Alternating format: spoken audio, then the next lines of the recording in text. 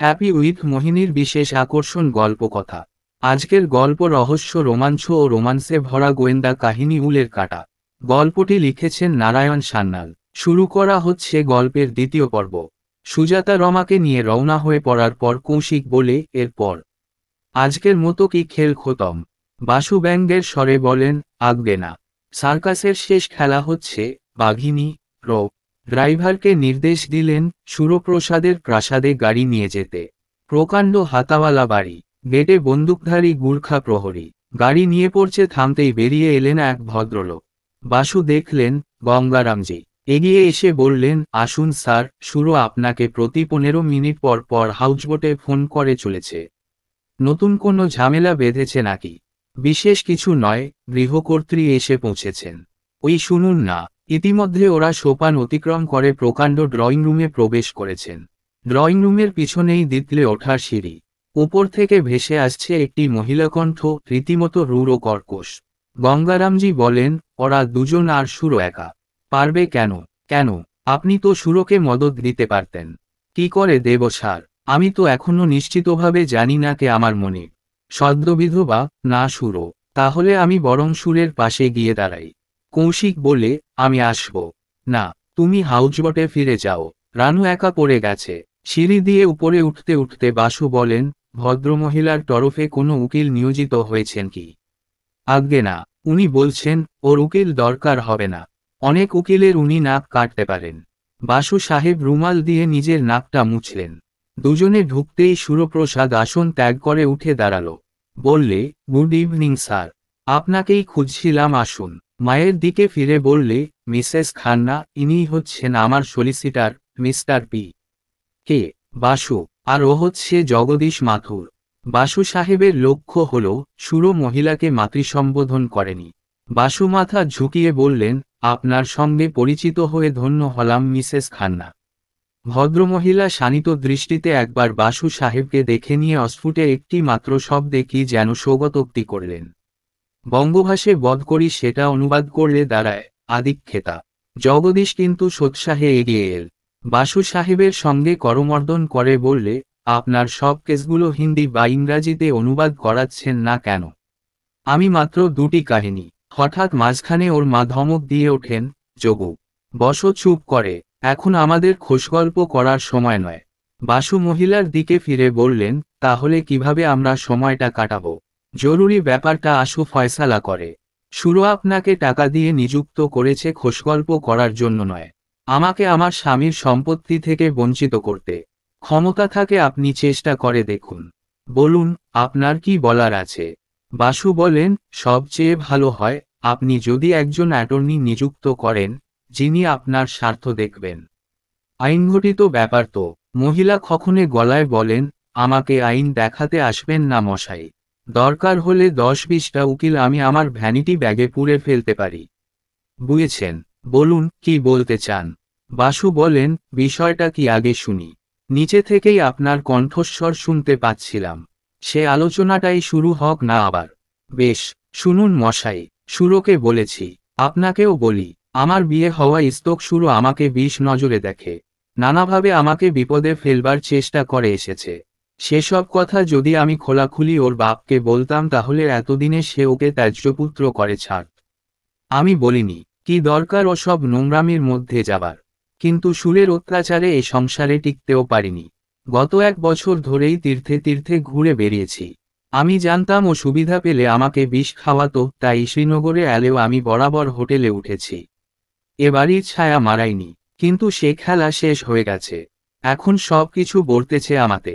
সব কিছু আমাকে বুঝে নিতে হবে।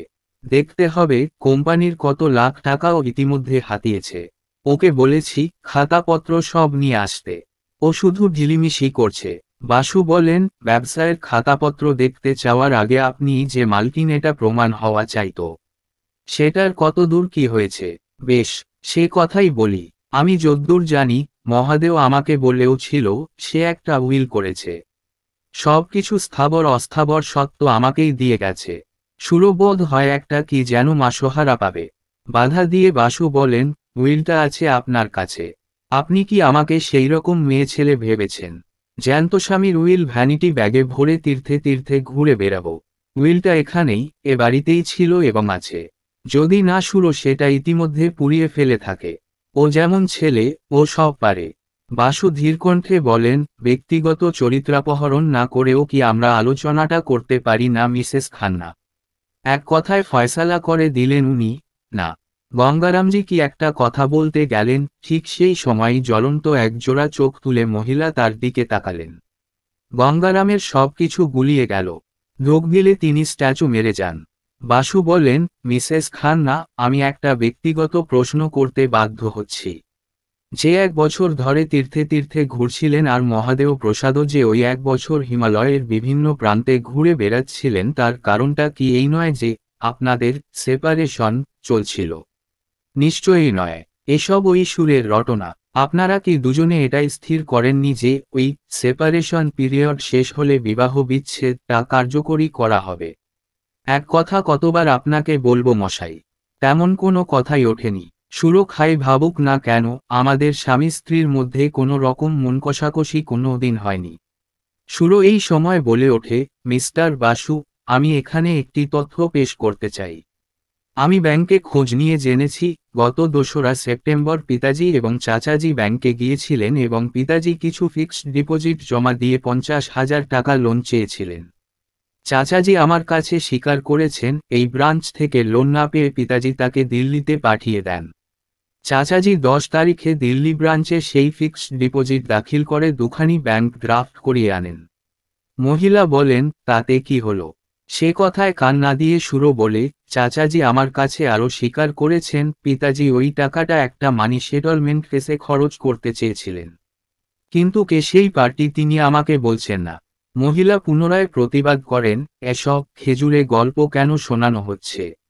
সুরো তার দিকে জ্বলন্ত দৃষ্টিতে তাকিয়ে বলে, বারে বারে আমাকে বাধা দেবেন না।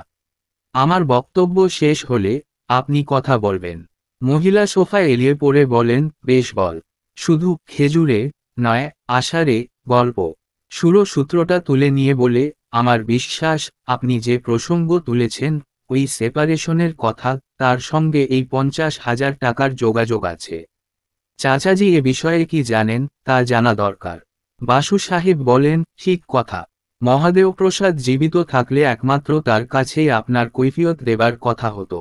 তার অবর্তমানে তার স্ত্রী ও পুত্রের কাছে সব কথা আপনাকে খুলে বলতে হবে। বিশেষে একটা মার্ডার কেস। গঙ্গারাম মিসেস খান্নার দিকে তাকাচ্ছেন না। বললেন, আজ্ঞে হ্যাঁ, আপনি ঠিকই ধরেছেন। ওদের সেপারেশনই চলছিল। মিসেস খান্না ডিভোর্সে রাজি হয়েছিলেন, নগদ। ওকে মাঝপথে থামিয়ে দিয়ে মহিলা চাপা গর্জন করে ওঠেন, গঙ্গারাম, আমি তোমাকে শেষবারের মতো সাবধান করে দিচ্ছি কিন্তু। হঠাৎ গঙ্গারামজি সাহস ফিরে পান। সুরমার চোখে চোখ রেখে বলেন, আমাকে বৃথাই ভয় দেখাচ্ছেন, মিসেস খান্না। কি করবেন আপনি? সম্পত্তির অধিকার পেলে আমাকে বরখাস্ত করবেন, এই তো। তা আপনি যদি এ কারবারের মালিক হয়ে বসেন, তাহলে আমি নিজে থেকেই পদত্যাগ করব। আর আমার ভয়টা কিসের? মিসেস খান্না কালনাগিনীর মতো হিসহিসিয়ে ওঠেন, তুমি আমাকে চেনো না। চোখ দুটো জ্বলে উঠল গঙ্গারামের। বললি, চিনি, খুব চিনি। কিন্তু আমি তো আধা সন্ন্যাসী মহাদেব প্রসাদ খান্না নই, আমাকে গুলি করে মারা অত সহজ নয়। যেন জ্যাক ইন দ্য বক্স পুতুল। তোরাং করে উঠে দাঁড়িয়ে পড়েন মিসেস খান্না। চিৎকার করে ওঠেন, কি বললে? আমি মানহানির মোকদ্দমা করব। বাসু তাকে থামিয়ে দেন, বসুন, বসুন। মানহানির মোকদ্দমা যখন হবে তখন ওসব কথা উঠবে। আপাতত আমরা সম্পত্তির মালিককে সেটারই ফয়সালা করছি। বলুন, গঙ্গারামজি, আপনি কি যেন বলছিলেন? মিসেস খান্না গোজ হয়ে বসে থাকেন। গঙ্গারামজি বলে চলেন, মিসেস খান্না ডিভোর্সে রাজি হয়েছিলেন, নগদ 50,000 টাকা ক্ষতিপূরণ পাওয়ার শর্তে। আমার মালিক সে শর্ত মেনে নেন। স্থির হয়েছিল, মিসেস খান্না দিল্লি আদালতে বিবাহ বিচ্ছেদের আর্জি পেশ করবেন এবং খান্নাজি তা কন্টেস্ট করবেন না।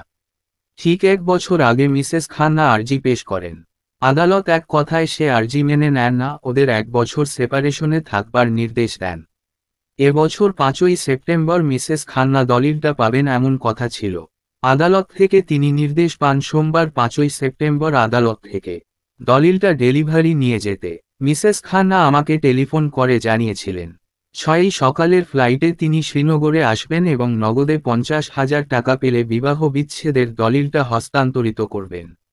সে কথা আমি যখন আমার মালিককে জানালাম তখন উনি লিখলেন, সোমবার 5ই উনি এসে ব্যাংক থেকে টাকাটা তুলে আমাকে দিয়ে যাবেন। পরদিন আমি ওই টাকা মিসেস খান্নাকে দেব এবং বিবাহ বিচ্ছেদের দলিলটা নিয়ে সিন্ধুকে রাখব। যে কোনো কারণেই হোক মালিক শুক্রবার 2রা সকালে 9:30 নাগাদ এসে উপস্থিত হলেন। বাড়ির সিন্দুক থেকে এক বান্ডিল ফিক্সড ডিপোজিট সার্টিফিকেট নিয়ে আমাকে সঙ্গে করে ব্যাংকে যান। সেখানে ব্যাংক ম্যানেজারের সঙ্গে কথা বলে বোঝা গেল যে এ টাকা পেতে হলে হয় তাকে অথবা আমাকে দিল্লি যেতে হবে। উনি সার্টিফিকেটগুলি আমাকে দিয়ে বলেন সেগুলি বাড়িতে রাখতে। আরও বলেন তিনি অন্য কোনো সূত্র থেকে টাকাটা জোগাড় করা যায় কিনা দেখবেন। নেহাত না পারলে উনি টেলিফোন করে আমাকে জানাবেন, যাতে আমি ওইগুলি জামানত দিয়ে দিল্লি থেকে ব্যাংক ড্রাফট করিয়ে আনতে পারি। এরপর উনি 2:30টার বাসে পহেলগাঁওয়ের দিকে চলে যান। বাধা দিয়ে বাসু বলেন, বাসে? পাবলিক বাসে, গাড়িতে নয়। আজ্ঞে না, পাবলিক বাসে। যদিও তার দুখানা অ্যাম্বাসাডার, একটা স্টেশন ওয়াগন, একটা ল্যান্ডরোভার আর 31খানা ট্রাক আছে। যা হোক, যে কথা বলছিলাম, 5ই রাত 8টা নাগাদ তিনি ওই ট্রাউট প্যারাডাইজ থেকে আমাকে ফোন করে বললেন দিল্লি থেকে ব্যাংক ড্রাফট করিয়ে আনতে। বাসু বললেন, উনি কি ওই লগ কেবিন থেকেই ফোন করেন? না, ওই লগ কেবিন থেকে নয়। উনি বললেন, লগ কেবিনের টেলিফোনটা ডেড হয়ে আছে। তিনি অন্য কোনো জায়গা থেকে ফোন করছেন। কথা থেকে তা উনি বলেননি। আমিও জিজ্ঞাসা করিনি। সে যাই হোক, আমি তৎক্ষণাৎ এয়ার অফিসে ফোন করি। সৌভাগ্যক্রমে পরদিন মর্নিং ফ্লাইটে একটা টিকিট পেয়ে যাই। 6ই ভোরের প্লেনে দিল্লি চলে যাই। কিন্তু সেখানে পৌঁছেই অসুস্থ হয়ে পড়ি। 2-3 দিন আমি হোটেল ছেড়ে বেরুতে পারিনি। 10 তারিখে ব্যাংকে গিয়ে ড্রাফটটা তৈরি করি। পরদিনই অর্থাৎ 11ই শুরু আমাকে টেলিফোন করে দুঃসংবাদটা জানায়। আমি তৎক্ষণাৎ ফিরে আসি। ড্রাফট দুটি এখনো আমার কাছে আছে। সুরো ক্ষুব্ধ কণ্ঠে বলে, কি আশ্চর্য! এসব কথা তো আপনি আমাকে ঘুণাক্ষরেও জানাননি চাচাজি। না, জানাইনি। কারণ মালিকের নির্দেশ ছিল সব কিছু গোপন রাখতে, হ্যাঁ, এমনকি তোমার কাছ থেকেও। নির্দেশ ছিল ওই দলিলটি সংগ্রহ করে শুধু তারই হাতে দেওয়ার। সে সৌভাগ্য আমার হলো না, তার আগেই তিনি আমাকে ফাঁকি দিয়ে। গলাটা ধরে এল প্রভুভক্ত একান্ত সচিবের। রুমাল দিয়ে চশমার কাঁচটা মুছে নিয়ে বললেন, আমি অপেক্ষা করছিলাম মিস্টার বাসুর জন্য। এখন আমার বুক থেকে একটা পাষাণভার নেমে গেল। বাসু মিসেস খান্নার দিকে ফিরে বললেন, এ বিষয়ে আপনি কি বলেন? মিসেস খান্না বলেন, নাটক মঞ্চস্থ করছেন আপনারা, আমি তো দর্শকমাত্র। আমি কি বলবো? একটা কথাই বলতে পারি, অ্যানকোর। অ্যানকোর।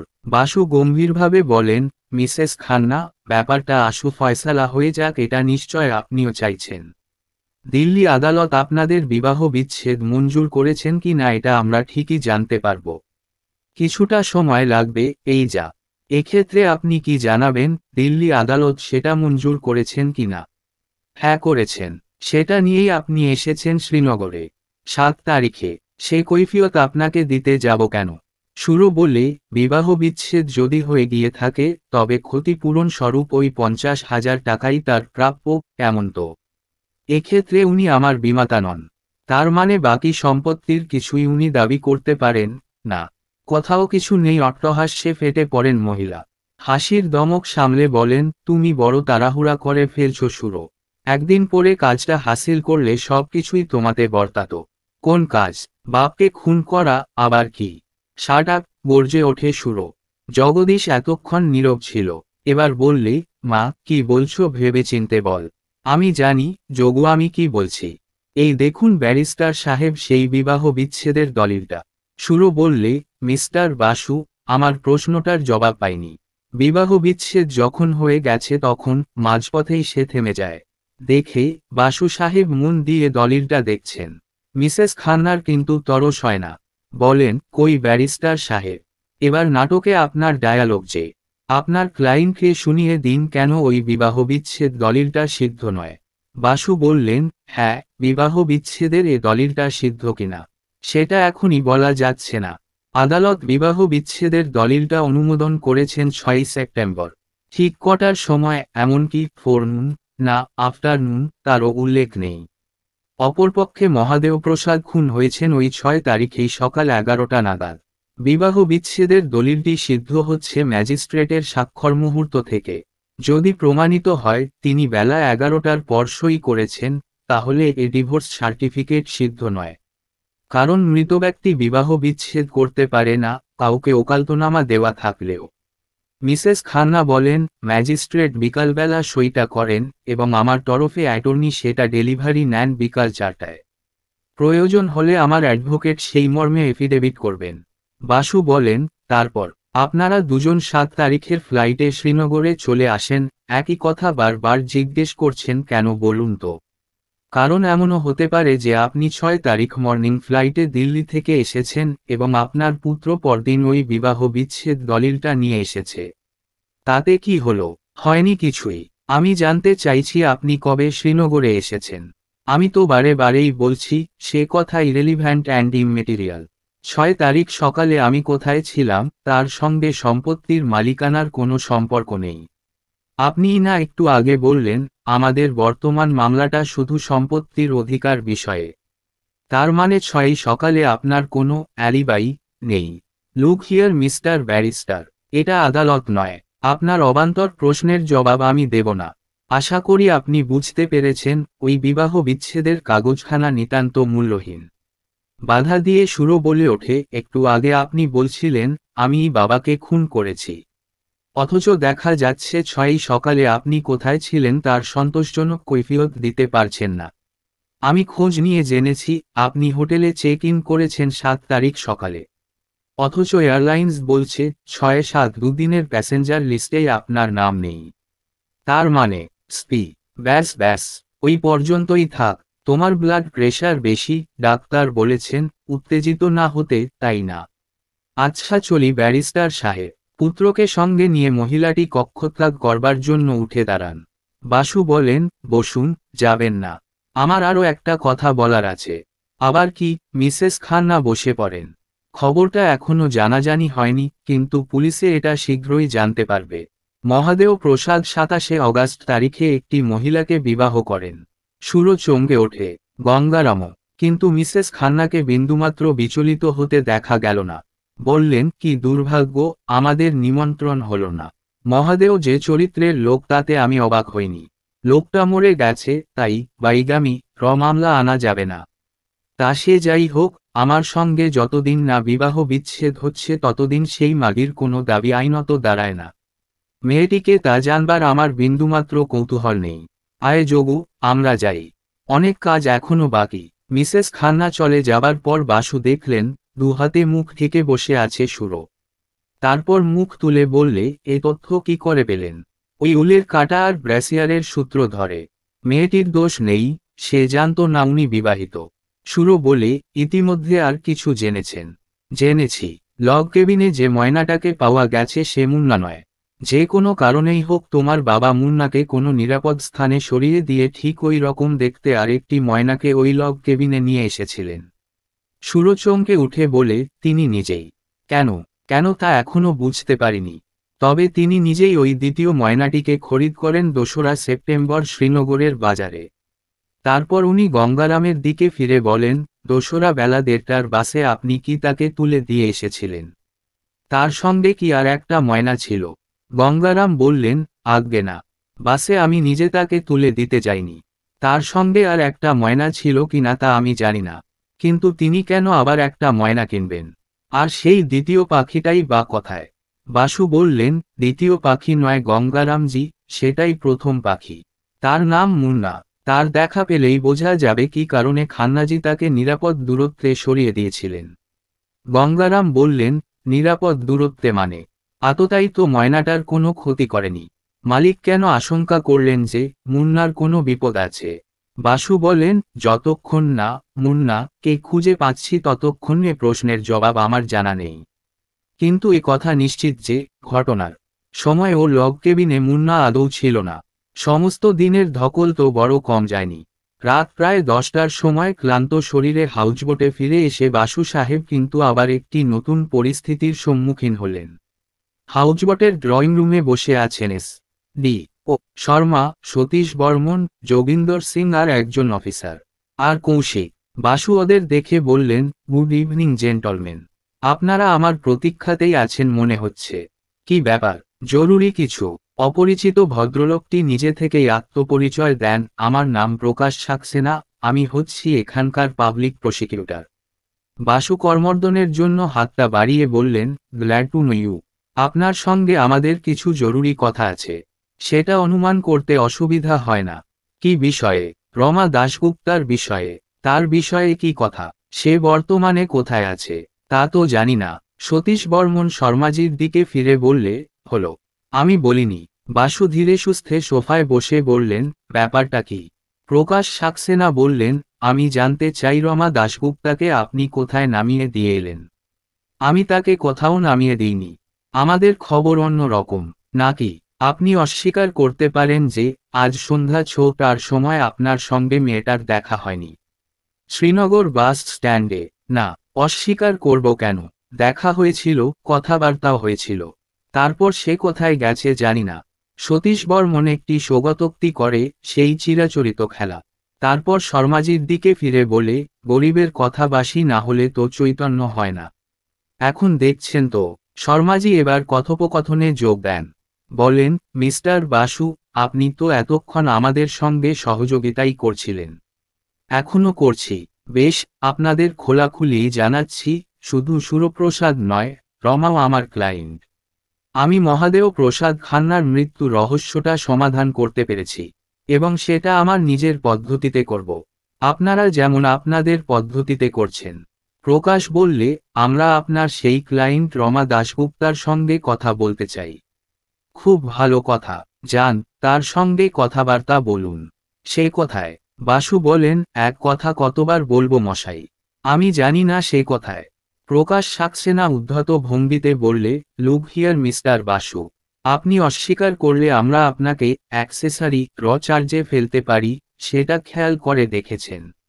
বাসু বলেন, লুক হিয়ার মিস্টার পি, আপনি আমার বিরুদ্ধে কি চার্জ আনবেন তাতে আমার বিন্দুমাত্র কৌতূহল নেই। তবে আইনের প্রসঙ্গ যদি তোলেন তবে ওই ধারাটা আবার আপনাকে দেখতে বলবো। যতক্ষণ না আমার ক্লায়েন্টকে হত্যাকারী রূপে আপনি চিহ্নিত করছেন, ততক্ষণ আমার বিরুদ্ধে ও জাতীয় চার্জ উঠতেই পারে না। আপনারা কি বলতে চান রমা দাশগুপ্তাই খুনটা করেছে?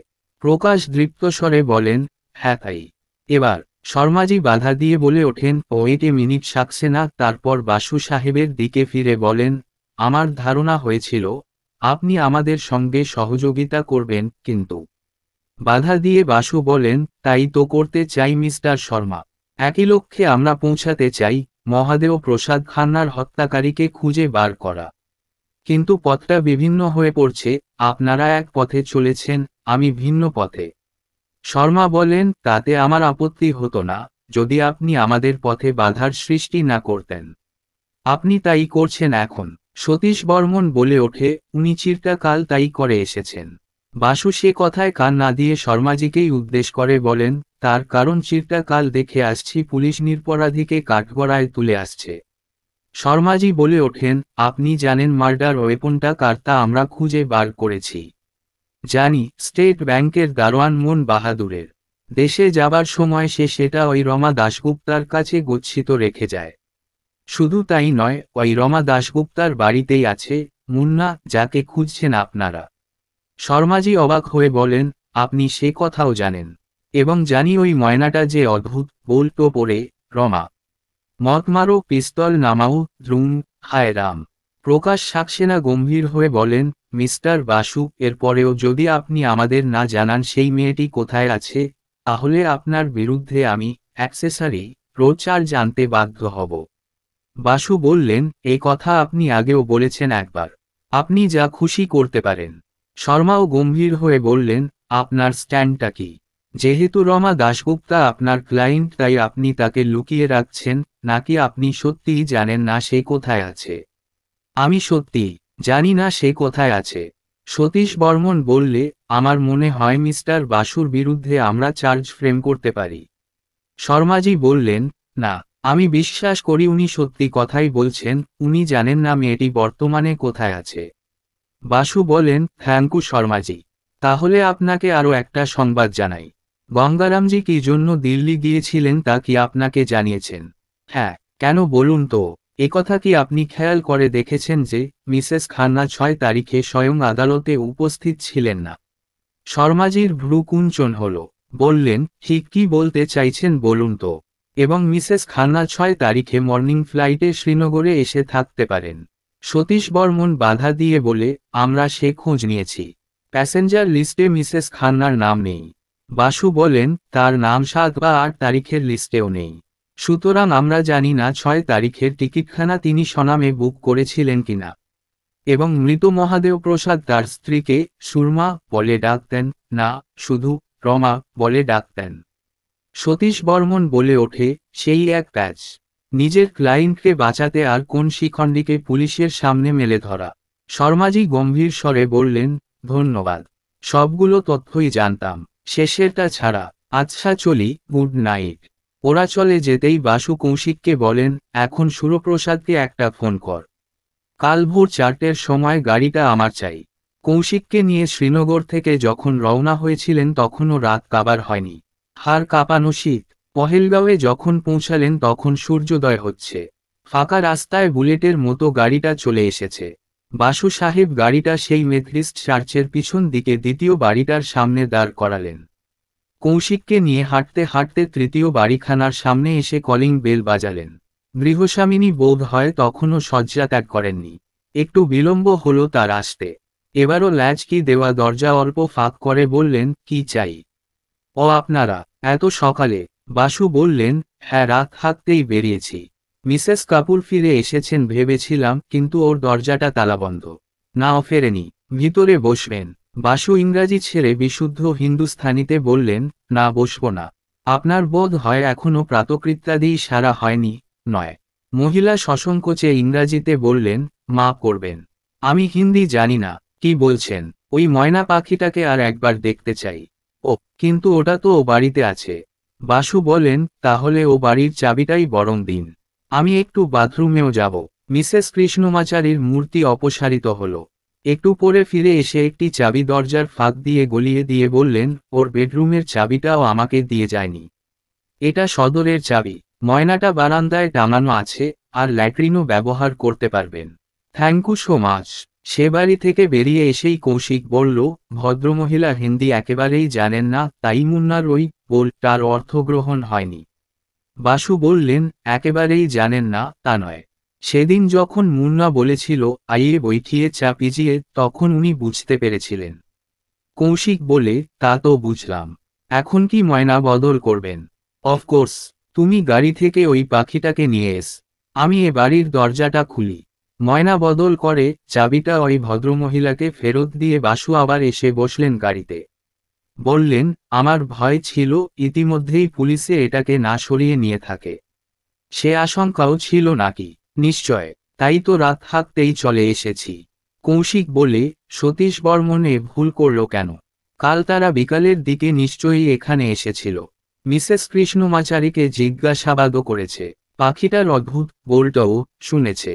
তবু পাখিটাকে নিয়ে যায়নি কেন? আন্দাজ করতে পারেন? পারি। দুটো কারণে। প্রথমত, ওরা রমাকে গ্রেপ্তার করতে চায়। ওই পাখিটার টানেই রমা ফিরে আসতে পারে, এটাই ওরা আশা করেছিল, ভেবেছিল আমি এসে যদি জেনে যাই মুন্নাকে পুলিশে সিজ করে নিয়ে গিয়েছে, তাহলে রমা আর তার বাড়িতে ফিরবেই না। দ্বিতীয়ত, ওদের থিওরি রমাই হত্যাকারী। সেক্ষেত্রে পাখিটাকে রমা বাঁচিয়ে রাখবে কেন, এটা ওরা বুঝে উঠতে পারেনি। পাখিটা যেই বল পড়ছে তা শুনেও রমা ঘাবড়াচ্ছে না কেন, এটা ওদের মাথায় ঢোকেনি। সে যাই হোক, আজ বিকালের মধ্যেই এখানে সতীশ বর্মন আসবে এবং পাখিটাকে সিজ করবে। কেন? কাল রাত্রে ওরা জেনেছে মহাদেব প্রসাদ তার স্ত্রীকে রমা বলে ডাকতেন। সতীশ বর্মন সে কথার গুরুত্ব না দিলেও শর্মাজির অর্ডারে যোগিন্দর সিং পাখিটাকে উঠিয়ে নিয়ে যাবার ব্যবস্থা করবে। পহেলগাঁও থেকে আবার শ্রীনগরে যখন এসে পৌঁছালেন তখন বেশ বেলা হয়েছে। দোকানপাট সব খুলেছে। বাসু সাহেব গাড়িটাকে নিয়ে এলেন সেন্ট্রাল মার্কেটে। ইয়াকুব মিয়ার দোকানে এসে বললেন, মিয়া সাহেব, একটা উপকার করতে হবে। এই পাখিটাকে আপনার জিম্মাদারিতে দিন 7 রাখতে হবে। রাজি আছেন? আলবৎ। বেশি কথা কি? বাসু সাহেব একটি 50 টাকার নোট বার করে বলেন, নিন ধরুন। এটা কেন স্যার? আমার পাখির খোরাকি। আমি কি ওকে সোনার দানা খাওয়াব? না, সেজন্য নয়। প্রথম কথা, দোকানে এটাকে রাখবেন না, আপনার বাড়িতে রাখবেন। আর এটা যে আপনার কাছে গচ্ছিত রেখে সে কথাটা যেন তৃতীয় ব্যক্তি জানতে না পারে। কেমন কোন ক্রমেই যেন এ পাখিটা খোয়া না যায়। ইয়াকুব বললে, ঠিক হ্যাঁ সা ব। কিন্তু কেন বলুন তো? ঠিক তখনই বল পড়ল পাখিটা, রমা, মত মারো, পিস্তল নামাও, দ্রুম। হায় রাম! ইয়াকুবের চোখ দুটি ছানাবড়া হয়ে ওঠে। বাসু বলেন, শুনলেন তো? এই হচ্ছে আমার 1 নম্বর সাক্ষী। সেদিন যে লোকটার ছবি দেখিয়েছিলাম তার নাম রমাপ্রসাদ, ডাকনাম রমা। লোকটা যখন হত্যা করে তখন এই ময়নাটা শুনে ফেলেছিল ওই কথাগুলো। এখন বুঝছেন তো ময়নাটার দাম কত? ওর কিছু ভালমন্দ হয়ে গেলে পুলিশ কিন্তু আপনাকেই সন্দেহ করবে। এজন্যই মাত্র 7 দিনের খোরাকি বাবদ নগদ 100 টাকা দিচ্ছি। খুব সাবধান, ওকে এক্কেবারে লুকিয়ে রাখবেন। 50 টাকা এখন দিয়ে গেলাম, আবার 50 টাকা এই বাবু দেবেন দিনসাতেক পরে, যখন ময়নাকে ডেলিভারি নিতে আসবেন। ঠিক হ্যাঁ। ইয়াকুব মস্ত সেলাম করে বললে, ব্যাফিকর রহিয়ে সা ব। সেন্ট্রাল মার্কেট থেকে বেরিয়ে এলেন যখন তখন সূর্য মধ্যগগনে। বাসু বলেন, এ বেলার মতো খেল খতম, চল হাউজবোটে ফিরি। হাউজবোটে চুপচাপ বসে আছেন রানী দেবী, নিতান্ত একা। মধ্যাহ্ন আহার শেষ হলে বাসু বলেন, কৌশিক, এ বেলায় তুমি রানীকে নিয়ে নৌকায় করে একটু ঘুরে এস। ইচ্ছা করলে গাড়িতেও যেতে পার, কারণ আমার গাড়ি লাগবে না। আপনি এ বেলা তাহলে কি করবেন? আমি এই হাউজবোটেই থাকব, একটু থিঙ্ক করব। এই থিঙ্ক করা ব্যাপারটার সঙ্গে রানী দেবী ঘনিষ্ঠভাবেই পরিচিত। উনি এখন হুইস্কির বোতল নিয়ে বসবেন পাইপ ধরিয়ে। বাইরে যদি সাইক্লোন হতে থাকে, পায়ের নিচে ভূমিকম্পে মাটি দুফাগ হয়ে যায়, উনি টের পাবেন না। কায়মনোবাক্যে উনি বুধ হয়ে থাকবেন ওই থিঙ্ক করার ব্যাপারে। রানী দেবী লক্ষ্য করে দেখেছেন, প্রতিবারই রহস্য সমাধানের শেষাশেষি কয়েক ঘন্টা এইভাবে অন্তর্লীন চিন্তায় উনি মগ্ন চৈতন্য হয়ে থাকেন। অধিকাংশ ক্ষেত্রেই জাগর জগতে ফিরে এসে একটা স্বগতোক্তি করেন, লোকটাকে বুঝতে পারছি, কেন করেছে তাও বোঝা যাচ্ছে, কিন্তু প্রমাণ করব কি করে? বেলা 1টা নাগাদ কৌশিক আর রানী দেবী বেরিয়ে গেলেন নৌকাতেই। বাসু বোতলটা টেনে নিলেন। ডর, তন্মতা ভাঙল খদাবক্সের ডাকে। যখন সে ফুটখানেক দূরত্বে এগিয়ে এসে তৃতীয়বারের জন্যে বললে, হজুর। চমকে জেগে উঠে বললেন, ক্যা বাত, ক্যা হুয়া? একই আরজি তৃতীয়বার পেশ করল খোদাবক্স, ছোটা হজৌর আয় হে, আপকো সেলাম দিয়া। বাসু হাত ঘড়িতে দেখলেন বেলা 4টে। হাউজবোটের জানলা দিয়ে নজর পড়ল পরন্ত রৌদ্রে ঝিলাম ঝিমাচ্ছে। দূরে সারি সারি গাছের পাতায় সোনা গলানো রোদ। মনকে গুটিয়ে আনলেন সেদিকে থেকে। বললেন, ঠিক হ্যায়, ম্যা আভি আতা হো। খেয়াল হলো শীত করছে। দুপুরে শুধু পাঞ্জাবি গায়ে বসেছিলেন।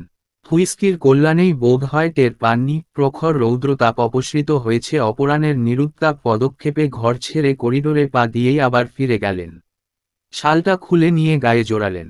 বাইরের ঘরে এসে দেখেন সুরপ্রসাদ এবং গঙ্গারামজি এসেছেন। ওরা কিছু বলার আগেই নিজে থেকে বলে ওঠেন, আপনাদেরই ফোন করতে যাচ্ছিলাম। ইতিমধ্যে আরও কিছু তথ্য সংগ্রহ করা গেছে। কাল রাত্রেই তোমাদের বলেছিলাম, আমি মুন্নার তল্লাশ করছি। মুন্নাকে খুঁজে পাওয়া গেছে। সে আছে রমা দাশগুপ্তার বাড়িতে পহেলগাঁওয়ে। সে নাকি একটা অদ্ভুত বল করছে, রমা, মত মারো, পিস্তল নামাও, দ্রুম। হায় রাম! এখন প্রশ্ন হচ্ছে এই, ময়নাটা এ কথা কেন বলছে?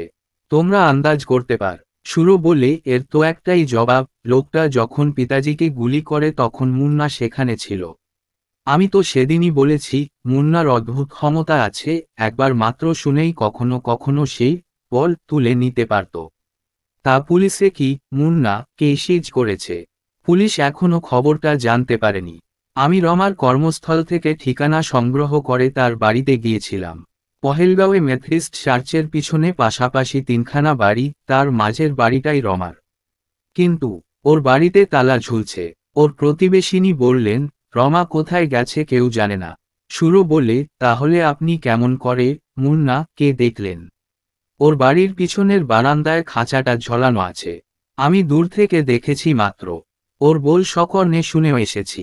কিন্তু প্রশ্ন হচ্ছে এক্ষেত্রে রমা কে? রমা দাশগুপ্তা না সুরমা খান্না? গঙ্গারামজি বললেন, রমা দাশগুপ্তা হতে পারে না, কারণ তাহলে সে ওই পাখিটাকে এতদিন জিন্দা রাখত না। তারপর সুরের দিকে ফিরে বললেন, তোমার মনে আছে নিশ্চয়ই, খান্নাজি মিসেস খান্নাকে রমা বলে ডাকতেন। বাসু বলেন, কিন্তু মুশকিল হচ্ছে এই যে সুরমা দেবীর একটা বজ্র আটুনি অ্যালেবাই রয়েছে। গঙ্গারাম বলেন, তাই নাকি? সেটা কি? মিসেস খান্না প্লেনের টিকিট সংগ্রহ করতে না পেরে 6 তারিখ ভর দিল্লি থেকে রওনা হন। শ্রীনগরে এসে পৌঁছান 6 তারিখ সন্ধ্যায়। বাসে ওর সহযাত্রী ছিলেন এমন একজন ভদ্রলোক যিনি সন্দেহের অতীত। গঙ্গারাম বলেন, কে তিনি? বাসু সে কথা কানে না নিয়ে বললেন, ওই দুজন ছাড়া রমা নামের আর কাউকে তোমরা চেনো? দুজনেই জানালেন তেমন কোন লোকের কথা ওরা মনে করতে পারছেন না। বাসু বলেন, তাহলে পাখিটা ওই বলছে কেন? সুরো বলে, ময়নাটার কথা মুলতুবি থাক, যে জন্য আমরা এসেছি সে কথাই বলি। পিতাজির যে সিন্দুকটা আমাদের বাড়িতে আছে তাতে কিছু কাগজপত্র ও গহনা ছিল বটে, কিন্তু ক্যাশ ছিল না। পিতাজির যে সুটকেসটা লক কেবিনে পাওয়া গেছে তাতে একটি গোদরেজের নম্বরই চাবি ছিল। ব্যাংক অব ইন্ডিয়াতে খোঁজ নিয়ে জানা গেল তাদের ভল্টের লোকারের চাবি সেটা। এইমাত্র আমি সেখান থেকেই আসছি। ভল্টে ছিল কিছু দলিলপত্র, কিছু শেয়ারের কাগজ, একটা খামে 430খানা 100 টাকার নোট আর ওই উইলটা। এই দেখুন, বিশেষ করে এই প্যারাগ্রাফটা। যেহেতু আমি আমার স্ত্রী শ্রীসুরমা খান্নার সহিত গত বৎসর 22শে অগাস্ট তারিখে একটি চুক্তি করিয়াছি যে আমার স্ত্রী সুরমা খান্না একতরফা বিবাহ বিচ্ছেদের আবেদন করিবেন এবং আমি কোনো আপত্তি পেশ করিব না, এবং আমার আপত্তি বা প্রতিবাদ না থাকায় তিনি একতরফা বিবাহ বিচ্ছেদের ডিক্রি পাইবেন এবং সে কারণে তাহার বাকি জীবনের ভরণ পোষণ ও বিবাহ বিচ্ছেদের খেসারত বাবদ তিনি উক্ত বিবাহ বিচ্ছেদ সম্পাদন সাপেক্ষে আমার নিকট হইতে এককালীন 50,000 টাকা লাভ করিবেন। সেই হেতু আমি আমার উইলে উপযুক্ত স্ত্রী শ্রীসুরমা খান্নার জন্য কোনো সম্পত্তি রাখিয়া যাইতেছি না। যেহেতু আমি মনে করি তাহার বাকি জীবনের ভরণপোষণ বিবাহ বিচ্ছেদ খেসারত বাবদ ওই 50,000 টাকা যথেষ্ট, ন্যায্য এবং পর্যাপ্ত। উল্লেখ থাকে যে বিবাহ বিচ্ছেদ ডিক্রি আদালত কর্তৃক গ্রাহ্য হইবার পূর্বেই যদি কোন কারণে আমার দেহান্তর ঘটে তবে পূর্ব বৎসরের ওই 22শে অগস্টের চুক্তি অনুযায়ী আমার স্ত্রী শ্রীসুরমা খান্না আমার সম্পত্তি হইতে ওই 50,000 টাকাই শুধু পাইবেন, তাহার আর কোনো দাবি দেওয়া গ্রাহ্য হইবে না। সেই কারণে এই উইলে আমার সম্পত্তির আংশিক ওয়ারিশরূপে আমি তাহার উল্লেখ করি নাই। আমার মৃত্যুর পূর্বে অথবা পরে ওই 50,000 টাকাই তিনি শুধু পাইবেন। তদ্ভিন্ন আমার share, bank balance, fixed deposit প্রভৃতি হইতে আমার একান্ত সচিব শ্রী গঙ্গারাম যাদব তাহার একনিষ্ঠ সেবা ও বন্ধুত্বের প্রতিদান স্বরূপ 10,000 টাকা পাইবেন। তদ্ভিন্ন বর্ণিত সূচি অনুসারে আমার ব্যক্তিগত ভৃত্য, ড্রাইভার, কর্মচারী নগদে 1000 হইতে 500 টাকা আমার স্নেহের দান স্বরূপ লাভ করিবেন। এই অর্থ প্রদান করার পর আমার যাবতীয় স্থাবর ও অস্থাবর সম্পত্তি আমি আমার একমাত্র পুত্র কল্যাণী ও শ্রীমান সুরপ্রসাদ খান্নাকে নির্ব্যার সত্ত্বে প্রদান করিয়া যাইতেছি। প্রকাশ থাকে যে আমার সোপার্জিত সম্পত্তি ব্যতিরেকে আমার পৈতৃক সম্পত্তির অর্ধাংশ আমার পিতৃদেব আমার ভ্রাতা শ্রীমান প্রীতম প্রসাদ খান্নাকে দান করিয়া দিয়াছিলেন এবং পরে আমার ভ্রাতা প্রীতম তাহার পৈতৃক সম্পত্তি আমাকেই নির্ব্যার সত্ত্বে দান করিয়া সংসার ত্যাগ করে। আইন সে সম্পত্তি বর্তমানে আমার। তবু আমি একান্তভাবে আশা রাখি যে যদি কোনোদিন শ্রীপ্রীতম আমার পুত্রের সাক্ষাতে ফিরিয়া আসে তাহা হইলে শ্রীমান সুর এমন ব্যবস্থা করিবে যাহাতে প্রীতম অর্থকষ্ট সহ্য করিতে বাধ্য না হয়। শর্ত সাপেক্ষে নির্ব্যার সত্ত্বে উইল সম্পাদন করা আইনত গ্রাহ্য নহে এ বিষয়ে আমি অবগত আছি। ইহা আমার পুত্রের নিকট অনুরোধ মাত্র। পাঠ শেষ করে সুর বলে, এখন বলুন স্যার, যদি প্রমাণিত হয় যে বিবাহ বিচ্ছেদের ডিক্রি লাভের পূর্বেই পিতাজির দেহান্তর হয়েছিল, তাহলে কি বিমাতার সে সম্পত্তিতে কোনো অধিকার বর্তায়? বাসু বললেন, না, উইলের বয়ান এমন নিখুঁত ছকা যে সুরমা দেবী ওই 50,000 টাকার বেশি কিছুই দাবি করতে পারেন না। তুমি বরং বল তোমার চাচাজি প্রীতম প্রসাদের কথা।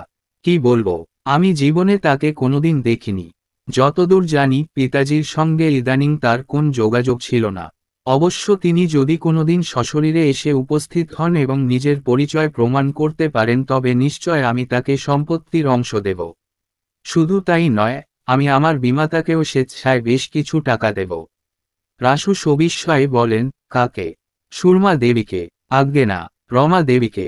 তিনি কোথায় আছেন জানেন? না, এখনো জানি না। সুর বলে, আপনাকে একটা কথা খোলাখুলি জিজ্ঞাসা করি। আপনি কি মনে করেন রমা দেবী এই জঘন্য ব্যাপারটার সঙ্গে কোনোভাবে জড়িত? বাসু বললেন, না, আমি আন্তরিকভাবে বিশ্বাস করি সে জড়িত নয়, কিন্তু পুলিশ যদি একবার তাকে ধরতে পারে তাহলে তাকে বাঁচানোও খুব কঠিন। কেন কঠিন? কেন? আনুষঙ্গিক তথ্য, যাকে বলে সার্কাস্ট্যান্সিয়াল এভিডেন্স, তার আমার বিরুদ্ধে অত্যন্ত জোরালো। হত্যাপরাধ প্রমাণ করতে তিনটি জিনিসের দরকার: উদ্দেশ্য, সুযোগ এবং অস্ত্র। আর হত্যাপরাধ থেকে মুক্তি পাওয়ার সবচেয়ে সহজ উপায় অ্যালিবাই, অর্থাৎ হত্যার সময় সে যে অন্য কোথাও ছিল তার প্রমাণ আছে। বেচারির অবস্থা দেখ। যশোদা কাপুরের ছদ্মনামে মহাদেব ওকে বিবাহ করেন। তিনি যে বিবাহিত এই তথ্যটা গোপন করে। এর চেয়ে অনেক সামান্য কারণে স্ত্রী স্বামীকে এবং স্বামী স্ত্রীকে খুন করেছে। অসংখ্য কেস হিস্ট্রি আছে তার। দ্বিতীয়ত সুযোগ। রমা জানত কোন লোক কেবিনে তাকে পাওয়া যাবে।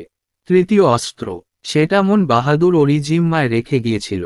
আর বেচারির কোনো অ্যালিবাই নেই। কি জানো সুরো, আইন যাকে বলে সার্কামস্ট্যান্সিয়াল এভিডেন্স, তার চেয়ে বড় মিথ্যাবাদী নেই। ফ্যাক্ট বা তথ্য হচ্ছে ধিয়ারা সাপ। যেভাবে তাকে ইন্টারপ্রেট করবে, যে চোখে তাকে দেখবে, তাতেই ফ্যাক্টের ফোনায় বিষ জমে উঠবে। গঙ্গারামজি বলেন, তাহলে কেন মনে করছেন রমা দেবী ও কাজটা করেননি? যেহেতু আমি প্রমাণ পেয়েছি। কি প্রমাণ তা আমি বলবো না, কারণ রমা আমার ক্লায়েন্ট। তাছাড়া আমি নিশ্চিত ঘটনার সময় মুন্না ওই কেবিনে ছিল না। সুরো বলে, আমাদের কি উচিত নয় পুলিশকে জানানো যে মুন্না এখন কোথায় আছে তা আমরা জানতে পেরেছি? কি দরকার? ওরা ওদের পথে চলুক, আমরা আমাদের পথে অগ্রসর হব। আমি বরং তোমার মায়ের সঙ্গে আবার একবার কথা বলতে চাই। কিন্তু তিনি যে কোথায় আছেন তা তো আমরা জানি না। আপনি কাল চলে আসার পরেই ওরা দুজন মালপত্র নিয়ে চলে যান। ঘণ্টা দুয়েক পরে টেলিফোন করে জানতে পারি ওরা ওই হোটেল ছেড়ে চলে গেছেন। কোথায় গেছেন তা কিছু বলে যাননি। এই সময়েই কৌশিক আর রানী দেবী ফিরে এলেন। সুরো ও গঙ্গারাম বিদায় হলেন। ওরা কিছু মার্কেটিং করে এসেছেন। সেসব দেখাতেই কিছু সময় গেল। তারপর খোশগল্প চলল কিছুক্ষণ। ডর আরও ঘণ্টাখানেক পরে বাসু সাহেব বললেন, সুরোকে একবার ফোনে ধরত। কৌশিক ফোন তুলে নিয়ে ডায়াল করল। একটু পরেই সারা দিল সুরো।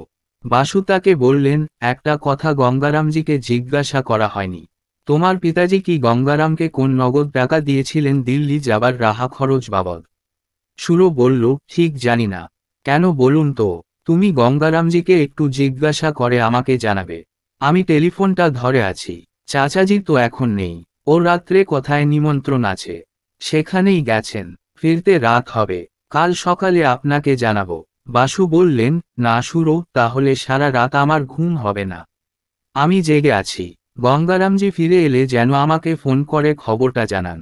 সুরো স্বীকৃতি ও শুভরাত্রি জানিয়ে লাইন কেটে দিল। কৌশিক বলে, ওই খবরটা সত্যিই এত জরুরি?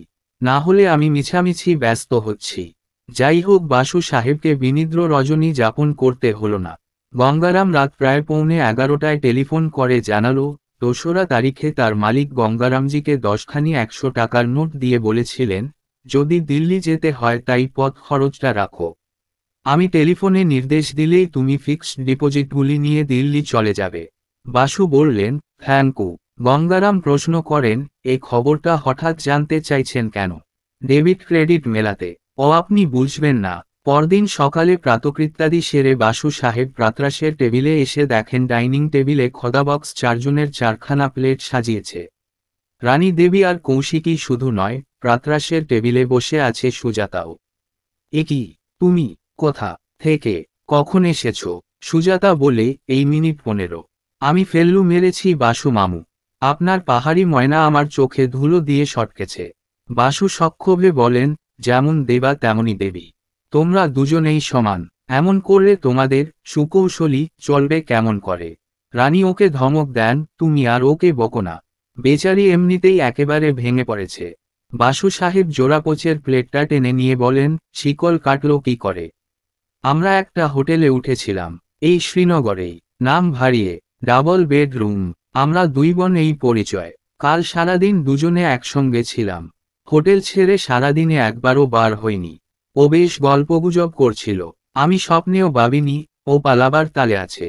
ও বরং ভাব দেখাচ্ছিল যেন আপনার ছত্রছায়ায় এসে ও নিশ্চিন্ত বোধ করছে। যশোদা কাপুরের সঙ্গে ওর প্রেম কি করে হলো সেই গল্পই শোনালো সারাদিন। রাত্রে দরজাটা বন্ধ করে চাবি আমি বালিশের নিচে রেখেছিলাম, তাই প্রথম রাত্রে ও পালাতে পারেনি। পরদিন যখন দেখলাম ওর পালাবার কোনো ইচ্ছাই নেই তখন আমি একটু অসাবধান হয়ে পড়ি। কাল রাত্রে দরজাটা ভিতর থেকে বন্ধ করে চাবি কি হলেই রেখে শুয়েছিলাম। আজ ভোরবেলা ঘুম থেকে উঠে দেখি পাশের বিছানাটা খালি। প্রথমে ভেবেছিলাম ও বুঝি বাথরুমে আছে, তারপরই নজর হলো টেবিলের উপরে চাবিটা রাখা আছে আর তার নিচে একখণ্ড কাগজ চাপা দেওয়া। এই দেখুন, এক লাইনের চিঠি। কিছু মনে করো না ভাই, চলে যাচ্ছি। কৌশিক বলে, পালালো কেন? কোথায় যেতে পারে? বাসু বলেন, ও গেছে পহেলগাঁও। তার দেরাজ থেকে এক বান্ডিল চিঠি বার করে আনতে। নিতান্ত ছেলেমানুষি। রানী বলেন, তা ছেলেমানুষই করবে না। বাসু ধমক দিয়ে ওঠেন, ছেলেমানুষ? জানো ওর বয়স কত? রানী বলেন, বছর দিয়ে কি ছেলেমানুষই মাপা যায়? তারা চিহ্ন। বিকেলবেলা বাসু সাহেব একটি টেলিফোন পেলেন। রিসিভারটা তুলে নিয়ে আত্মঘোষণা করা মাত্র ও প্রান্ত থেকে শর্মাজি বলেন, দুঃসংবাদ আছে মিস্টার বাসু। মানে আপনার তরফে? বুঝেছি, আমার ক্লায়েন্টকে আপনারা খুঁজে পেয়েছেন। হ্যাঁ, শুধু খুঁজেই পাইনি, তাকে হাতে নাতে ধরা গেছে। হাতে নাতে মানে? পুলিশ আজ সকাল 10টা নাগাদ ওকে ওর বাড়ি থেকেই গ্রেপ্তার করেছে। ও তখন অর্গলবদ্ধ ঘরে বসে একরাশ এভিডেন্স পড়াচ্ছিল। আর ওর বারান্দায় মরে পড়েছিল সেই ময়নাটা, মুন্না। মরে পড়েছিল। রমা মেরেছে। তাছাড়া আর কে? বাসুর কণ্ঠস্বরে বিস্ময়। বলেন, সে কেন মারতে যাবে? পাখিটা কি বল পড়ে তা নিশ্চয় অমনি ভুলে যাননি। সে কথা নয় মিস্টার শর্মা। আপনি কি কোনো যুক্তি নির্ভর সিদ্ধান্তে আসতে পেরেছেন সেক্ষেত্রে এতদিন কেন ওই মেয়েটি এমন একটা মারাত্মক এভিডেন্সকে খাইয়ে দাইয়ে বাঁচিয়ে রাখল? কেন তাকে ঘটনাস্থলেই মেরে ফেলল না? মিস্টার বর্মন বলছেন, হয়তো পাখিটা এই নতুন বইটা সম্প্রতি পড়তে শুরু করেছে। উনি ক্রিমিনোলজি বিষয়ে expert. To deal with Barman and his expert opinion. আপনি নিজে বিশ্বাস করতে পারেন একটা বল পড়া পাখি একটা বাক্য একবার মাত্র শুনে 10-12 দিন সেটা স্মৃতিতে পুষে রাখল, তারপর হঠাৎ একদিন বল পড়ল। যে কোনো প্রাণীবিজ্ঞানীকে জিজ্ঞাসা করলেই। ওকে থামিয়ে দিয়ে শর্মাজি বলেন, by the way, Mrs Surma Khanna কোথায় গেছেন আপনি জানেন? না, আমরা কেউই জানি না। আপনি কি তার অ্যালিবাইটা যাচাই করতে পেরেছেন? তার কোনো অ্যালিবাই আছে নাকি? সেটাই তো আমার প্রশ্ন। আমরা তার সঙ্গে যোগাযোগই করতে পারছি না। আশ্চর্য মানুষ। স্বামী মারা গেছেন আর এখন উনি এমনভাবে নিরুদ্দেশ হয়ে গেলেন কেন? এবং সেটাও আমার প্রশ্ন। সে যাই হোক, যে জন্য আপনাকে ফোন করছি সেই আসল কারণটা এবার বলি। ডিস্ট্রিক্ট অ্যান্ড সেশন জাজ আপনার সঙ্গে একবার দেখা করতে চান। কাল কখন আপনার সময় হতে পারে? সাক্ষাৎটা কোথায় হবে? পহেলগাঁওয়ে? না, শ্রীনগরেই। ধরুন যদি কাল 9:30 নাগাদ আপনাকে পিক আপ করে নিই। অসুবিধা আছে কিছু? তার আগে আমি আমার ক্লায়েন্টের সঙ্গে দেখা করতে চাই। সে কোথায় আছে? I mean, Rama Dasgupta. শ্রীনগরে জেল হাজতে। তাহলে আপনি অনুগ্রহ করে ব্যবস্থা করে দেবেন যাতে কাল 8টার সময় আমি জেল হাজতে ওর সঙ্গে দেখা করতে পারি। তারপর আপনার অফিসে 9টায় যাব। গাড়ি পাঠাবার দরকার নেই, সুরের গাড়িতেই যাব। That's all right. একটা কথা, আপনাদের ডিস্ট্রিক্ট জাজের নামটা কি? জাস্টিস জে পি লাল। জাস্টিস জগদানন্দ প্রসাদ লাল কি? হ্যাঁ, আপনি চেনেন নিশ্চয়ই। ভারতবর্ষের এমন কোনো প্র্যাকটিসিং ল ইয়ার নেই যে তার নাম জানে না। আইনের ওপর অনেকগুলি মৌলিক গ্রন্থ তিনি লিখেছেন। It would be real honour to meet him. জেল হাজত সংলগ্ন একটি বিশেষ কক্ষে বসেছিলেন বাসু সাহেব। এ ঘরেই অভিযুক্ত আসামিরা তাদের উকিল বা আত্মীয় স্বজনদের সঙ্গে দেখা করে। ওকে একটি চেয়ারে বসিয়ে রেখে মেয়ে কয়েদিদের মেট্রন ভিতরে গিয়েছে অভিযুক্তাকে নিয়ে আসতে। শর্মাজি পূর্বাহ্নেই সব ব্যবস্থা করে দিয়েছেন। বাসু সাহেব ঘরটিকে লক্ষ্য করে দেখছিলেন। দেওয়ালে একটাও ছবি নেই। ব্লিচিং পাউডারের একটা উগ্র গন্ধ। এই সুরপ্রজ্জ্বল দিনের প্রথম প্রহরেও ঘরের ভিতরটা আলো আধারি, একটা বুকচাপা দীর্ঘশ্বাস যেন আটকে আছে। একটু পরেই মেট্রন নিয়ে এল রমা দাশগুপ্তাকে। ঘরে ঢুকিয়ে দিয়ে বাসু সাহেবকে বললে, ম্যায় বাহার রহুঙ্গি। দরজাটা টেনে দিয়ে সে চলে যায়। রমা ওকে দেখে ম্লান হাসল। দরজার কাছেই সে দাঁড়িয়েছিল। বললে, আবার কেন এসেছেন? আপনার পরামর্শ অগ্রাহ্য করে এই বিপদ ডেকে এনেছি। তবু আপনার উৎসাহে ভাটা পড়েনি। বাসু শুধু বললেন, বসো ওই চেয়ারটায়। কথা আছে। রমা বসল। সপ্রতিভভাবে বললে, কথা সব ফুরিয়ে গেছে বাসু সাহেব। এখন শত চেষ্টা করলেও আপনি আর আমাকে বাঁচাতে পারবেন না। বাসু বলেন, আমি কিন্তু অতটা নিরাশ নই। হ্যাঁ, তোমার বিরুদ্ধে ওরা অনেকগুলি এভিডেন্স দাখিল করবে বটে, কিন্তু তোমার সপক্ষেও যুক্তি কম নয়। রমা এ কথায় আশ্বস্ত হল না একটুও। ম্লান হেসে বললে, এটা আপনাদের একটা বাধা বুলি না ব্যারিস্টার সাহেব, অভিযুক্তের মনোবল ফিরিয়ে আনতে। বাসু বলেন, তুমি এবার আমাকে সব কথা খুলে বলবে। সেটা নিতান্তই পণ্ডশ্রম। আমি বেশ বুঝতে পারছি এ দুনিয়ায় আমার দুকড়ি সাতের খেলা শেষ হয়ে গেছে। পায়ের নিচে থেকে মাটি সরে গেছে আমার। যে মানুষটাকে ভালবাসলাম এতদিন পরে, সে মাত্র 7 দিনের মধ্যেই আমাকে ছেড়ে চলে গেল। আর ভাগ্যের কি প্রহসন দেখুন, ওরা বলছে আমি নাকি নিজে হাতে সেই মানুষটাকে খুন করেছি। আমি আমি হঠাৎ গলাটা ধরে এলোর।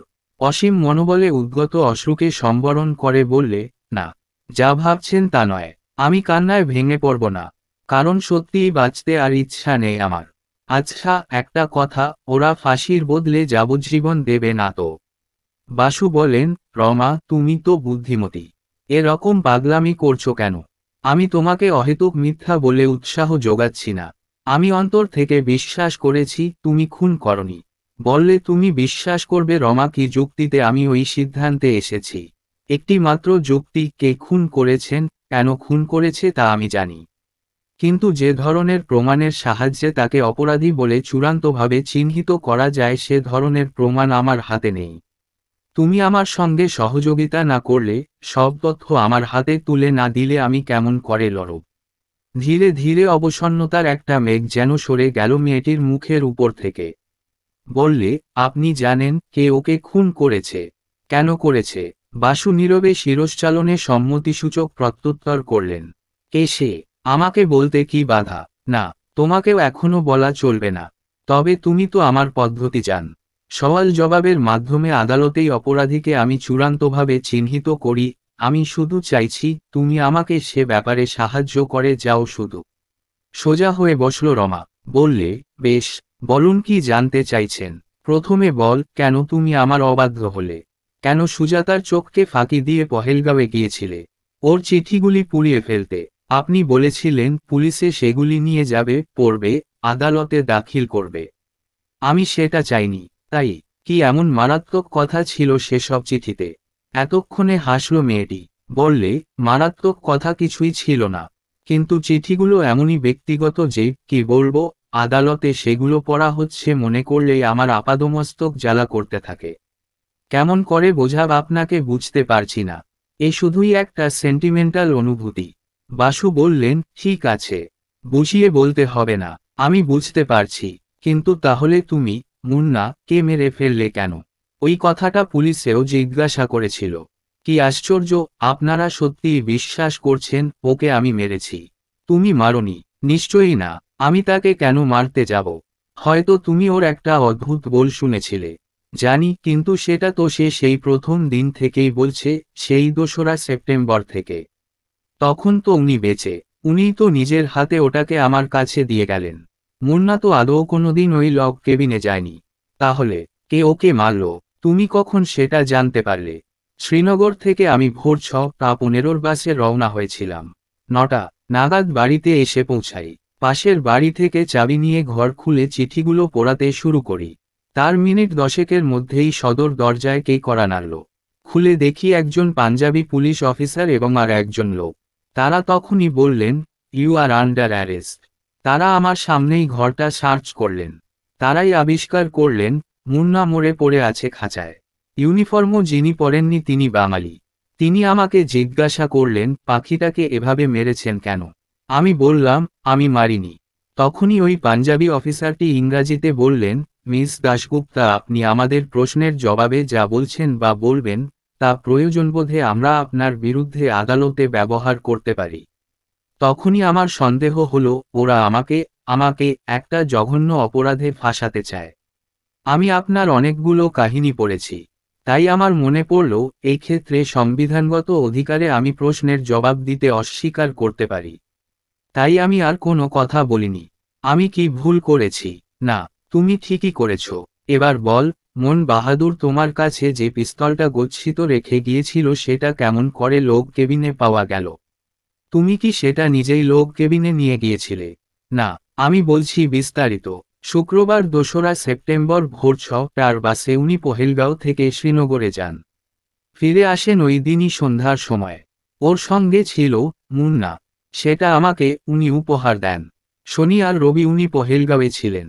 রবিবার বিকালের দিকে উনি বললেন, দিন 10-12র জন্য বাইরে যাচ্ছেন। আমি জানতে চাইলাম, কোথায়? বললেন, ভবঘুরেকে বিয়ে করেছ রমা, সব কথার জবাব পাবে না। তবে দিন 10-12 পরে ফিরে আসব। তারপর কি ভেবে নিজে থেকেই বলেন, এখন সংসারী হয়েছি, এবার থেকে আত্মরক্ষার একটা অস্ত্র সঙ্গে রাখতে হবে। শুনে আমার কেমন যেন খটকা লাগলো। প্রশ্ন করলাম, তুমি কি কিছু বিপদের আশঙ্কা করছো? উনি ম্লান হেসে বললেন, ঠিকই ধরেছ তুমি। আজকালের মধ্যেই একজনের সঙ্গে একটা বোঝাপড়া করতে হবে। ভাবছি একটা ছোরা কিনে ফেলি। তোমার কাছে গোটা 20 টাকা হবে। আমি বললাম, টাকা দিচ্ছি, কিন্তু ওই সঙ্গে আরও একটা জিনিস তোমাকে দিতে পারি, একটা লোডেড রিভলভার। উনি খুব অবাক হয়ে গেলেন। তখন বুঝিয়ে বললাম, বাহাদুর সেটা আমার কাছে রেখে গেছে, ফিরে এসে নেবে। উনি তখন বললেন, তাহলে টাকা চাইনে, তুমি ওই রিভলভারটাই দাও, দিন 7 পরে ফেরত পাবে। ভয় নেই, ওটা আমি ব্যবহার করব না, কিন্তু ওটা কাছে থাকা ভালো। আমি তখন ওকে রিভলভারটা দিলাম। উনি সেই দিনই বিকালে চলে গেলেন। আমি স্বপ্নেও ভাবিনি যে উনি ওই লগ কেবিনেই যাচ্ছেন। তারপর আর তাকে কোনোদিন দেখিনি। বাসু মিনিটখানেক কি ভাবলেন, তারপর বললেন, আমার কাছে কিছু গোপন করনি তো? মেয়েটিও এতক্ষণ নতমুখে কি ভাবছিল। বললে, হ্যাঁ, একটা কথা এখনো আপনাকে বলিনি। সেটাই বোধহয় আমার বিরুদ্ধে সবচেয়ে খারাপ এভিডেন্স। বাসু সোজা হয়ে বলেন, কি? আমি মঙ্গলবার খুব ভোরে উঠে ওই লগ কেবিনের দিকে গিয়েছিলাম। মঙ্গলবার 6 তারিখ বেলা 10টা নাগাদ আমি ওইখানেই ছিলাম। কেন? তুমি তো জানতে না উনি ওখানেই গেছেন? না, তা জানতাম না। এটাও নিতান্তই সেন্টিমেন্ট। ওই কেবিনটার কাছে যাওয়ার একটা দুরন্ত কামনা হলো। ওই পাইনবনের মৃদু গন্ধ, কাঠবিড়ালি আর পাখিগুলোর কি বলবো, আমি একটু পাগলাটে ধরনের। যখন যা খেয়াল যাবে। ঠিক আছে, কৈফিয়ত দিতে হবে না। তুমি কি করেছিলে শুধু তাই বল। কেমন করে গেলে ওখানে? ভোরবেলা রওনা হয়েছিলাম, কিছুটা বাসে, কিছুটা হেঁটে। ওখানে গিয়ে পৌঁছাই 10টা নাগাদ। তারপর 10:30 নাগাদ ওখান থেকে ফিরে আসি। অফিসে যাইনি, ক্যাশুয়াল লিভ নিয়েছিলাম। তোমাকে লগ কেবিনের কাছাকাছি কেউ দেখেছিল? হ্যাঁ, ওখানকার দারোয়ান। তুমি কি দেখলে লগ কেবিনটা বন্ধ? হ্যাঁ, এখন বুঝতে পারছি, উনি তখন কাছেই কোথাও বসে মাছ ধরছিলেন। জানলা দিয়ে ভিতরে উকি দাওনি? না, আমি তো শুধু বেড়াতেই গিয়েছিলাম। আবার দুজনেই কিছুটা চুপচাপ। হঠাৎ মেয়েটির চোখ দিয়ে ঝরঝরো করে জল ঝরে পড়ল। বলল, আমার এখনো বিশ্বাস হচ্ছে না উনি নেই। কেন কেন এমন করে ওকে মারল বলুন তো? এমন একজন সরল, শান্ত, প্রকৃতিপ্রেমিক। বাসু ওর খোপাটা নেড়ে দিয়ে বললেন, মনকে শক্ত কর রমা। 2-4 দিনের মধ্যেই তোমার কেস উঠবে আদালতে। প্রাথমিক শুনানি। তোমার বিরুদ্ধে যে রকম কেস, আমার আশঙ্কা হয় দায়রা সোপর্দ হবেই। যদি না আমি তার আগে কোনো সন্দেহাতীত প্রমাণ সংগ্রহ করে। মেয়েটি ওকে মাঝপথে থামিয়ে দিয়ে বলে, আমি ওদের কি বলবো? ওরা যদি সব কথা জানতে চায়? কতটা বলবো?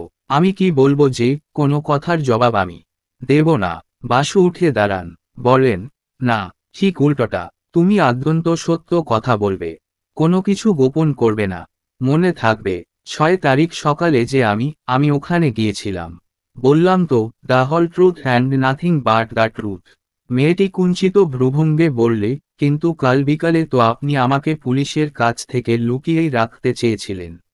বাসু হাসলেন, বললেন, না রমা, পুলিশের কাছ থেকে নয়। আমি লুকিয়ে রাখতে চেয়েছিলাম সেই লোকটার কাছ থেকে যে মুন্নাকে মারতে আসছে। সে কে? বুঝলে না? আমি জানতাম লোকটা মুন্নাকে খুন করতে আসবে। তুমি যদি তাকে দেখে ফেলতে, পাখিটাকে মারতে বা প্রতিবাদ করতে যেতে, তাহলে লোকটা তোমাকে মেরে ফেলত। লোকটা একটা খুন আগেই করেছে, মহাদেও প্রসাদকে, প্রয়োজন হলে সে আর একটা খুনও করে বসত। কিন্তু আপনি কি করে জানলেন লোকটা মুন্নাকে মারতে আসবে? Pure deduction, Rama. পরে তোমাকে বুঝিয়ে বলবো। এখন বল, আদ্যন্ত সত্যি কথা বলতে পারবে তো? আবার ম্লান হাসল মেয়েটি।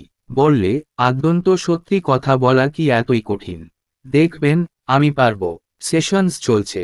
জাস্টিস লাল 10টার সময় আদালতে যাবেন। আদালত অবশ্য ঠিক পাশের ঘরখানায়। এখানা ওর চেম্বার। ঠিক 9:30টার সময় বাসু সাহেবকে নিয়ে শর্মাজি ওর ঘরে এলেন। জাস্টিস লাল বাসুরই সমবয়সী, 2-1 বছরের ছোট বড় হতে পারেন। একমাথা ধবধবে চুল, গোফদারি কামানো। বয়সের ভারে নুয়ে পড়েননি। চোখে একটা মোটা ফ্রেমের চশমা। বাসু সাহেবের দিকে হাত বাড়িয়ে বললেন, delighted to meet you mister Basu. আপনার সব কীর্তি কাহিনী আমার জানা, চাক্ষুষ কখনো দেখিনি এই যা। বাসু আন্তরিকতার সঙ্গে করমর্দন করে বলেন, স্যার, আপনার বিরুদ্ধে আমি ডাকাতির অভিযোগ মানে, এখানে এসে প্রথমেই আপনাকে যে কথাগুলো ভেবে এসেছিলাম তা আপনি ছিনিয়ে নিয়ে বলে ফেললেন। হো হো করে হেসে উঠলেন লাল।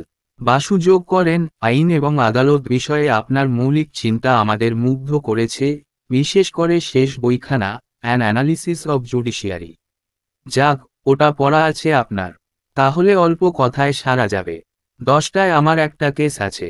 তাই সংক্ষেপে সারতে চাই। আপনাকে ডেকেছি একটা একাডেমিক ডিসকাশনে, মানে আইন আদালত সম্বন্ধে নৈর্ব্যক্তিক আলোচনায়। বস্তুত আমি একটা প্রস্তাব রাখব আপনার সামনে। আপনি গ্রহণ করতেও পারেন, বর্জন করতেও পারেন। বাসু বলেন, বলুন। লাল বলেন, সময় কম। সরাসরি বিষয়বস্তুতে আসা যাক। আপনি আমার বইটা পড়েছেন। আপনি জানেন, আমি তাতে ভারতীয় জুডিশিয়ারির সমস্যাগুলি এবং তার সমাধানের বিষয়ে আলোচনা করেছি। যে কোনো আদালতে যান, দেখবেন মামলা 5, 7, 10 বছর ধরে ঝুলে আছে। শুধু হিয়ারিং ডেট আর হিয়ারিং ডেট। অথচ বছরের 365 দিনের মধ্যে আদালতই সবচেয়ে বেশি দিন বন্ধ থাকে। কলকারখানার কথা ছেড়ে দিন, স্কুল কলেজ সরকারি বেসরকারি অফিসের তুলনায় কোর্টের ছুটি অনেক অনেক বেশি। যদি প্রশ্ন করেন, কেন? জবাবে শুনবেন জজ সাহেবের বেশি বিশ্রামের দরকার। তাদের ল পয়েন্টের পড়াশোনা করার সময় চাই। যেন বিশ্ববিদ্যালয়ের অধ্যাপকদের তা চাই না। দ্বিতীয় কথা, এই গোটা কাঠামোটাকেই আমি আমার গ্রন্থে আক্রমণ করেছি। আপনার মনে আছে নিশ্চয়, শেষ দিকে আমি বলেছি পিপলস কোর্ট বা গণ আদালতের কথা। আমি বলেছিলাম, চেষ্টা করে দেখা যেতে পারে বিচার ব্যবস্থা ধীরে ধীরে দেশের নির্বাচিত প্রতিনিধিদের ওপর আংশিকভাবে ন্যস্ত করে ওই পর্বতপ্রমাণ এরিয়ার কেসগুলো শেষ করা যায় কিনা। দেশে পঞ্চায়েত রাজ প্রতিষ্ঠিত হয়েছে, সেখানে আছেন দেশ 10-এর আস্থাভাজন প্রতিনিধিরা। আমি প্রস্তাব রেখেছিলাম, সেই সব নির্বাচিত প্রতিনিধিদের দিয়ে জুরির মাধ্যমে আমরা কিছুটা সুবিধা করতে পারি কিনা। আমার প্রস্তাবটা ছিল এই রকম। বর্তমানে এক শ্রেণীর ক্রিমিনাল কেসগুলোর প্রাথমিক বিচার হয় ম্যাজিস্ট্রেটের কোর্টে। সেখানে প্রাইমা ফেসি কেস প্রতিষ্ঠিত হলে সেগুলি দায়রার সোপর্দ করা হয়। অর্থাৎ সেশনসে আসে। শুধুমাত্র কলকাতা আর মাদ্রাজ প্রেসিডেন্সিতে হোমিসাইড কেসগুলোর বিচার হয় 3 ধাপে, প্রথমে করোনারের আদালত, তারপর ম্যাজিস্ট্রেটের এবং সবশেষে সেশনসে। তারপর আপিল হলে তো হাইকোর্ট, সুপ্রিম কোর্ট আছেই। কলকাতা বা মাদ্রাজ ছাড়া বোম্বাই বা দিল্লির মতো শহরেও করোনারের ব্যবস্থা নেই। যদি জানতে চাই, কেন? তাহলে জবাব শুনতে হবে ব্যবস্থাটা করা হয়েছিল 1861 সালে, যখন বোম্বাই জমজমাট হয়নি, দিল্লি রাজধানী ছিল না। আমি প্রস্তাব করেছিলাম, ভারতবর্ষের প্রতিটি রাজধানীতে করোনারের আদালত থাকবে এবং করোনার হবেন পঞ্চায়েতের নির্বাচিত কোনো সভাধিপতি। এটাই আমার প্রথম পর্যায়ের পিপলস কোর্ট বা গণ আদালত। সভাধিপতি করোনার হোমিসাইড কেসগুলার প্রাথমিক শুনানি নিলে ম্যাজিস্ট্রেটের আদালতে কাজ অনেক সংক্ষেপ হয়ে যাবে। এ পরীক্ষা ফলপ্রসূ হলে আমরা দেখব ওই সভাধিপতি করোনার কে প্রাথমিক আইনের শর্ট কোর্স দিয়ে তাদের ফার্স্ট ক্লাস ম্যাজিস্ট্রেটের ক্ষমতা দেওয়া যায় কিনা। সেক্ষেত্রে ওই করোনার আদালত থেকে কেস সরাসরি দায়রায় আসবে। এ নিয়ে আমি সুপ্রিম কোর্টের কয়েকজন জাজের সঙ্গে এবং অ্যাডভোকেট জেনারেলের সঙ্গে কথা বলি। ওরা পরীক্ষামূলকভাবে একটি কেস করতে সম্মত হয়েছেন। বিশেষ আদেশনামা জারি করে আমাকেই সেই পরীক্ষাটি করতে বলেছেন। ওই বিচারের প্রসিডিংস আদ্যন্ত টেপ করা হবে, যেটা শুনে সুপ্রিম কোর্ট বিধান দেবেন এ জাতীয় বিচারের সম্ভাবনা কতখানি। মুশকিল হচ্ছে এই যে, সুপ্রিম কোর্টের বিশেষ অনুমতি পেলেও আমি সেটা কার্যকরী করতে পারছিলাম না নানান কারণে। সে যাই হোক, এখন দেখছি একটি অপূর্ব সুযোগ এসেছে। লেট মহাদেও প্রসাদ খান্নার খুনের মামলাটা। মহাদেও প্রসাদ, পি স্বনামধন্য ব্যক্তি, সুতরাং এটা একটা গুরুত্বপূর্ণ কেস। এদিকে দেখা যাচ্ছে ডিস্ট্রিক্ট অ্যাডমিনিস্ট্রেশন এই কেসটার জন্য সি.বি.আই. থেকে একজন বিশেষজ্ঞকে এনেছেন। ফলে এই কেসটা একটা সর্বভারতীয় রূপ নিতে চলেছে। তারপর যখন শুনলাম ডিফেন্স কাউন্সিল হচ্ছেন Perry Mason of the East, তখনই আমি মনস্থির করেছি। এখন আপনি বলুন, আপনি কি এ বিষয়ে আমার সঙ্গে সহযোগিতা করবেন? বাসু বলেন, আমি এখনো ব্যাপারটা ঠিক বুঝে উঠতে পারিনি। ওই সভাধিপতিকে কি ফার্স্ট ক্লাস ম্যাজিস্ট্রেটের পদাধিকার বলে প্রাপ্ত অধিকার দেওয়া হবে? জুরি থাকবে কি? ক্রস এক্সামিনেশন, রিডাইরেক্ট ইত্যাদি থাকবে। বিচারক যেহেতু আইন জানেন না, তাই বেআইনি কিছু হলে তা দেখবে না। 150-200 বছর আগে যেভাবে বিচার হতো সেভাবেই হবে। বাদী ও প্রতিবাদী তাদের বক্তব্য প্রতিষ্ঠা করতে ইচ্ছামতো সাক্ষীদের সমন ধরাবেন। করোনার আদালতে যেভাবে বিচার হয় সেভাবেই হবে। আর একটা কথা, আমি নিজে উপস্থিত থাকব। বিচারক অনভিজ্ঞতার জন্য বেআইনি কিছু করলে আমি সম্পূর্ণ বিচারটাকেই বিধিবহির্ভূত বলে পুনর্বিচারের আয়োজন করব। সে অধিকারও আমাকে দেওয়া হয়েছে। বাসু বললেন, সেক্ষেত্রে আমি সম্মত। Thank you mister Basu. Basu বলেন, আমি ভেবেছিলাম লেট মহাদেও প্রসাদের কেসটার বিষয়েই বুঝি আপনি কিছু আলোচনা করতে চান। লাল হেসে বলেন, তাই কি পারি। ওটা যে সাবজুডিস। গল্পটি কেমন লাগছে অবশ্যই কমেন্টে জানাবে। গল্পের তৃতীয় পর্ব আসছে। ততক্ষণ তোমরা ভালো থেকো, পাশে থেকো।